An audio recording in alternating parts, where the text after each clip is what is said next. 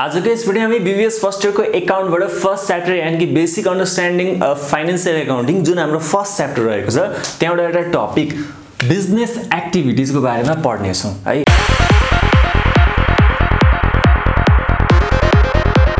Business activities को बारेमा चाहिँ यदि तपाईले पहिला क्याश फ्लो स्टेटमेन्ट पढ्नु भएको छ भने 12 मा जुन पढ्नु भएको छ क्लास 12 को एकाउन्टमा जुन क्याश फ्लो स्टेटमेन्ट भन्ने च्याप्टर छ त्यो च्याप्टरसँग एकदम क्लोजली रिलेटेड छ किनभने त्यहाँ युज हुने टर्म्सहरु नै यहाँ युज छ र क्याश फ्लो स्टेटमेन्ट हाम्रो बीबीएस फर्स्ट इयरको पछाडीपट्टि कोर्समा पनि रहेको छ है जसबाट तपाईलाई न्यूमेरिकली लङ क्वेशनमा सोध्ने प्रबल सम्भावना रहेको छ। अब बिजनेस एक्टिभिटीज भनेको एउटा बिजनेस स्थापना गरिसकेपछि त्यहाँ विभिन्न खालको एक्टिभिटीज हुन्छ र त्यो एक्टिभिटीजलाई चाहिँ हामी नर्मली तीनटा क्याटेगोरीमा डिवाइड गर्न सक्छौं। एउटा फाइनान्सिङ एक्टिभिटीज, एउटा इन्भेस्टिङ एक्टिभिटीज र अर्को हुन्छ कि अपरेटिङ एक्टिभिटीज। अब म एकचोटी सर्टकटमा भन्छु फाइनान्सिङ के हो, इन्भेस्टिङ के हो, अपरेटिङ के हो र यहाँ भित्र केले गर्दा क्याश आउँछ, केले गर्दाखेरि कुन एक्टिभिटीजले गर्दाखेरि चाहिँ क्याश बाहिर जान्छ, क्याश इन्फ्लो र आउटफ्लो केले हुन्छ म पढ्छु है।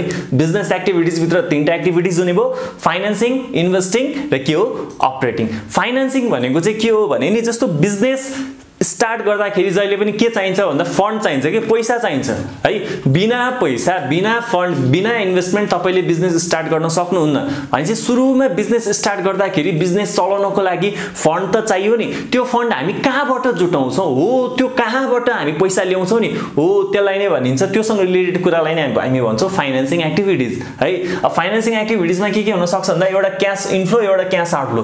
के कारणले गर्दाखेरि चाहिँ पैसा आउँछ फाइनान्सिङ एक्टिभिटीसँग रिलेटेड के कुराहरु, के कारोबार, के त्यस्तो ट्रान्ज्याक्सन्सहरु अथवा के त्यस्तो डिटेल्सहरु छ जसले चाहिँ क्याश इन्फ्लो गराउँछ भन्दाखेरि एउटा इस्यु अफ शेयर्स इस्यु गर्ने, पब्लिकलाई शेयर इस्यु गर्ने हैन।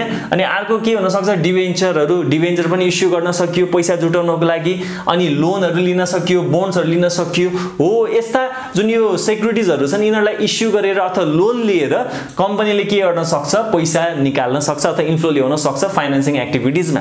यो सबै भनेको के हो, कम्पनीलाई एउटा जुन क्यापिटल चाहिन्छ त्यो क्यापिटल कलेक्ट गरेको है।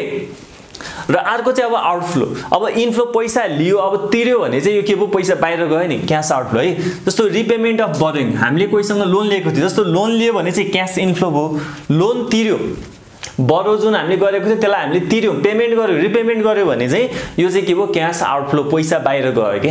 त्यसैगरी अर्को के छ पेमेन्ट टु रिडीम शेयर। जस्तो प्रिफरेन्स शेयरलाई हामीले रिडीम गर्नु छ अरे, फिर्ता दिनु छ अरे, शेयर्स भनेर उठाएको थियो अब फिर्ता गर्नु पर्यो, प्रिफरेन्स शेयरलाई मानिले फिर्ता गर्नुपर्ने रहेछ भने त्यस्तो अवस्थामा के हुन सक्छ यो पेमेन्ट टु रिडीम शेयर्सलाई रिडीम गरियो।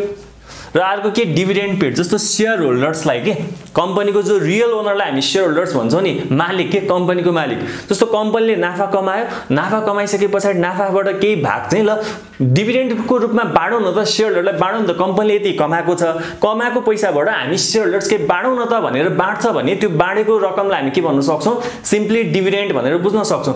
अब कम्पनीले डिभिडेन्ड बाँड्यो भने त्यो पनि के हो क्याश आउटफ्लो, पैसा बाहिर गयो, कम्पनीको नामबाट पैसा बाहिर गयो भने चाहिँ यो क्याश आउटफ्लोमा पर्यो है। यानी कि यी कुराहरु चाहिँ तपाईको केमा पर्यो फाइनान्सिङ एक्टिभिटीजमा पर्यो। फाइनान्सिङ एक्टिभिटीज भनेको कम्पनी सञ्चालन गर्दाखेरि अथवा इस्टाब्लिश गर्दाखेरि त्यहाँ कहाँबाट फन्ड जुटाएको छ त्यो सोर्सेसहरु नै नर्मली तपाईको फाइनान्सिङ एक्टिभिटीजमा पर्छ। अब जो इन्भेस्टिङ, अब एउटा कुरा के फाइनान्सिङ पछाडी इन्भेस्टिङ किन आयो भन्दा फाइनान्सिङमा फन्ड जुटाइयो हो, कहाँबाट पैसा ल्याउने जुटाइ, लोन लियो कि शेयर्स उठायो कि डिबेन्चरबाट हो कि बोन्डबाट हो कि केबाट हो थाहा छैन, तर पैसा उठायो। अब उठाइसकेपछि के हुन्छ इन्भेस्ट गर्नु पर्यो नि, लगानी गर्नु पर्यो नि त। त्यही भएर इन्भेस्टिङ एक्टिभिटीज भनेको चाहिँ कुनै फिक्स एसेट्स इन्भेस्टमेन्टहरुमा हामीले लगानी गरेको छौं भने त्यो चाहिँ इन्भेस्टिङ एक्टिभिटीजमा पर्छ।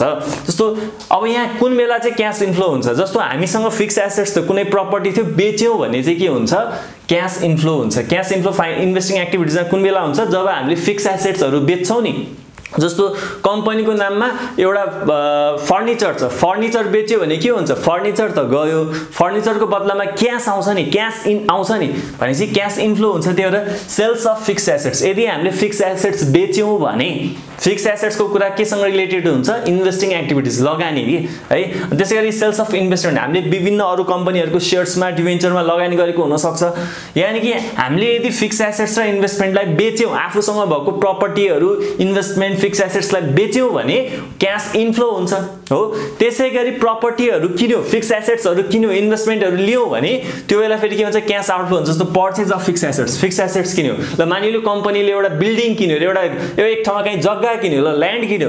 त्यो ल्यान्ड किन्यो भने के हुन्छ, ल्यान्ड त आफ्नो नाममा भयो, कम्पनीको नाममा भयो, पैसा त गयो नि त, सित्तैमा आउँदैन, क्याश पे गर्नुपर्छ। त्यही भएर पर्चेज अफ फिक्स एसेट्स के हो, क्याश आउटफ्लो भयो। त्यसैगरी क्याश आउटफ्लो हुने अर्को कुरा के छ, जस्तो पर्चेज अफ इन्भेस्टमेन्ट हामीले किन्यो हो भने हाम्रो इन्भेस्टमेन्ट त आयो, तर के भयो भन्दाखेरि हाम्रो क्याश गएको छ। यो कुराहरु चाहिँ हाम्रो के कुन एक्टिभिटिजमा पर्यो, इन्भेस्टिङ एक्टिभिटिजमा पर्यो। त्यसैगरी अब अपरेटिङ, अब के बुझ्नुस् भने फाइनान्सिङ भनेको चाहिँ हामीले पैसा कहाँबाट जुटाएको, शेयरबाट, लोन, डिभेन्चर कहाँबाट भन्ने कुरा हो। इन्भेस्टिङ भनेको हामीले कहाँ खर्च गर्यो भन्ने कुरा हो। त्यो जुन फाइनान्सिङबाट आएको फन्ड थियो नि, त्यो फन्डको कहाँ युटिलाइज गर्यो भन्न खोजे हो कि। नर्मली इन्भेस्टिङ एक्टिभिटिजमा चाहिँ हामीले एसेट्स किन्यौ कि बेच्यौ कि इन्भेस्टमेन्ट गर्यौ कि हो, यस्ता कुराहरू पर्छन्।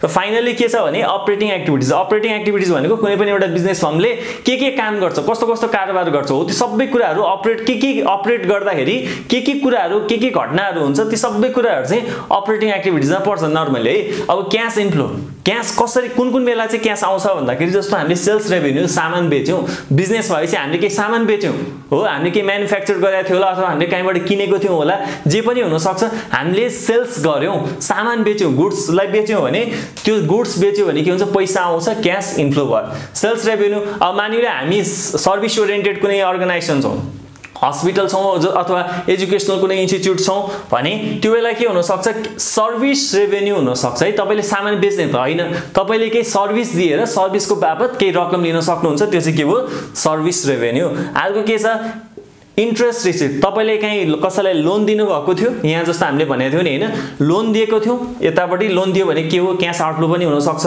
हैन। यहाँ जस्तो हामीले purchase of fix assets investment गरेको थियौ, कसैलाई हामीले लोन एन्ड एडभान्स दिएको थियौ भने त्यो इन्भेस्टिङ एक्टिभिटिजमा आउँथ्यो, त्यहाँबाट इन्ट्रेस्ट प्राप्त भयो, हामीले कहीं लगानी गरेको थियो, इन्ट्रेस्ट प्राप्त भयो भने त्यो चाहिँ के हो, हाम्रो आम्दानी हो र त्यो चाहिँ हामी अपरेटिङमा राख्छौं। डिभिडेन्ड रिसिभ, अब याद गर्नुस् है, डिभिडेन्ड पेड भनेको चाहिँ तपाईको के हुन्छ भने फाइनान्सिङ एक्टिभिटिजमा रिलेटेड हुन्छ। हामीले आफ्नो शेयरहरुलाई दिएको डिभिडेन्ड रिसिभ भनेको हामीले कहीं लगानी गरेको थियौ, इन्भेस्टमेन्ट गरेको थियौ, र त्यहाँबाट पाएको डिभिडेन्ड हो। यो डिभिडेन्ड प्राप्त गरेको, इन्ट्रेस्ट प्राप्त गरेको जहिले पनि कहाँ हुन्छ, अपरेटिङ एक्टिभिटिजमा हुन्छ। त्यसैगरी अब क्याश आउटफ्लो, अपरेटिङमा जाने क्याश आउटफ्लोहरु के छन् त भन्दाखेरि जस्तो कस्ट अफ गुड्स सोल्ड, हामीले बेचेको सामानको लागत, के बेचेर आएको पैसा त्यो चाहिँ क्याश इन्फ्लो भयो। जुन हामीले सामान बेच्यौ नि, बेचेको सामानको लागत कस्ट चाहिँ कति थियो भन्दाखेरि कस्ट अफ गुड्स सोल्ड चाहिँ के हो, हाम्रो क्याश आउटफ्लो, हाम्रो खर्च हो। त्यसैगरी इन्भेन्ट्री पर्चेज, हामीले कुन इन्भेन्ट्रीमा राख्नको लागि के किनेको थियौ होला, गोदाममा स्टकमा राख्नको लागि के किनेको थियौ होला, त्यो पनि हाम्रो क्याश आउटफ्लो भयो। सेलिङ एक्सपेन्सेस, सामान बेच्दाखेरि धेरै खर्च लाग्न सक्छ, मार्केटिङ एक्सपेन्सेसहरु हुन सक्छ, एडभर्टाइजमेन्ट हुन सक्छ हैन। अब त्यो डेलिभरी कोही पर्सन छ भने उलाई कमिसन जान सक्छ। एडमिनिस्ट्रेटिभ एक्सपेन्सेस, प्रशासनिक खर्चहरु, यो पनि क्याश आउटफ्लोमै पर्छ। त्यसैगरी अब इन्ट्रेस्ट पेड, ट्याक्स पेड हैन, ब्याज तिरेको, त्यसैगरी ट्याक्स तिरेको, यी सबै कुराहरु चाहिँ हाम्रो कहाँ पर्छ, अपरेटिङ एक्टिभिटिजमा पर्छ र यो चाहिँ के हो, हाम्रो लागि क्याश आउटफ्लो हो।